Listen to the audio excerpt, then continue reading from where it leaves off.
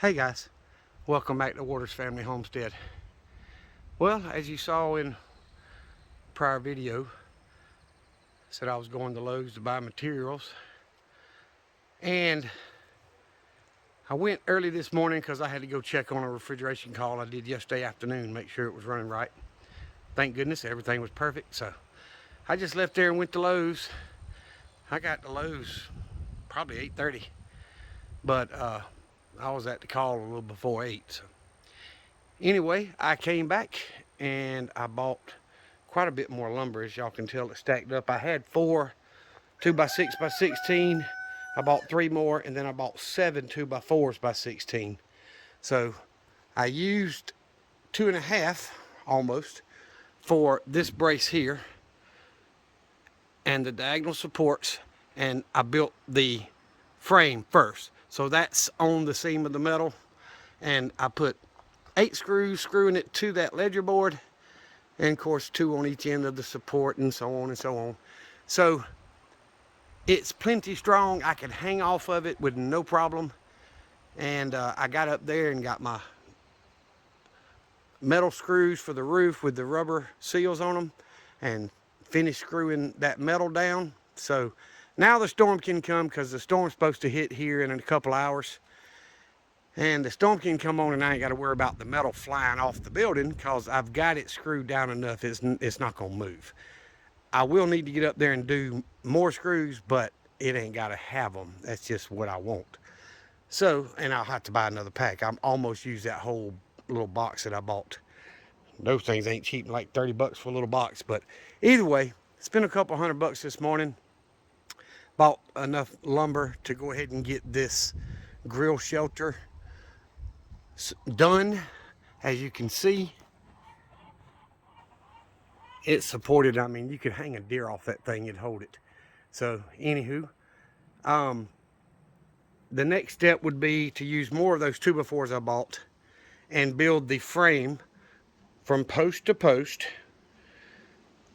for the grill to set on. So it'll go from that post to that post, and then it'll come out, however deep the grill is there, minus an inch or two, for the grill to set down on the table. And of course it'll have either some diagonal supports, which is most likely what I'll do, or a couple of legs on the front side of it.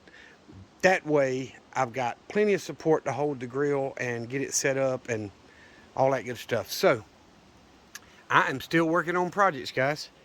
And I hope y'all saw the last video where my brother gave me a bunch of fence and T-post. So I've got about 400 feet of cattle fence, which will, hog fence, whatever. And I got 46, I think it was, T-post. And he said he's got another 150. He said, you can come get all you want. So I don't think I'll need that many, but we'll see.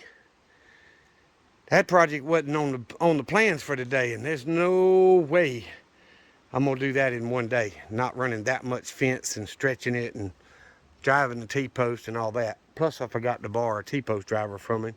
He has a couple, and I don't have any. So I borrowed one last time I did the chicken run. I'm gonna borrow another one and drive these T-posts in.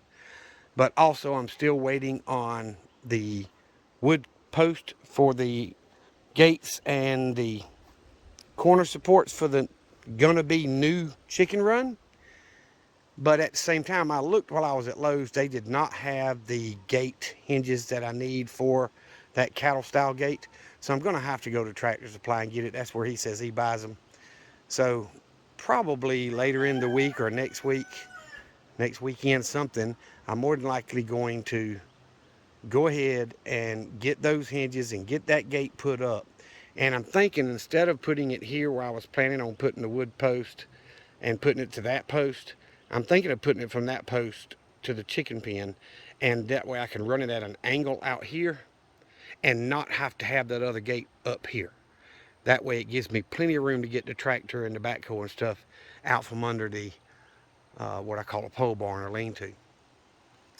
So I'm working, and the storm's going to hit, and from listening to the other channels I follow that are closer to where it's coming from, they're getting hit pretty hard. So I'm not planning on being outside. As y'all can see, I did not let the chickens out because I don't want to have to come out in 30, 40 plus mile an hour winds and rain and tornado watch and all that to lock the chickens back up.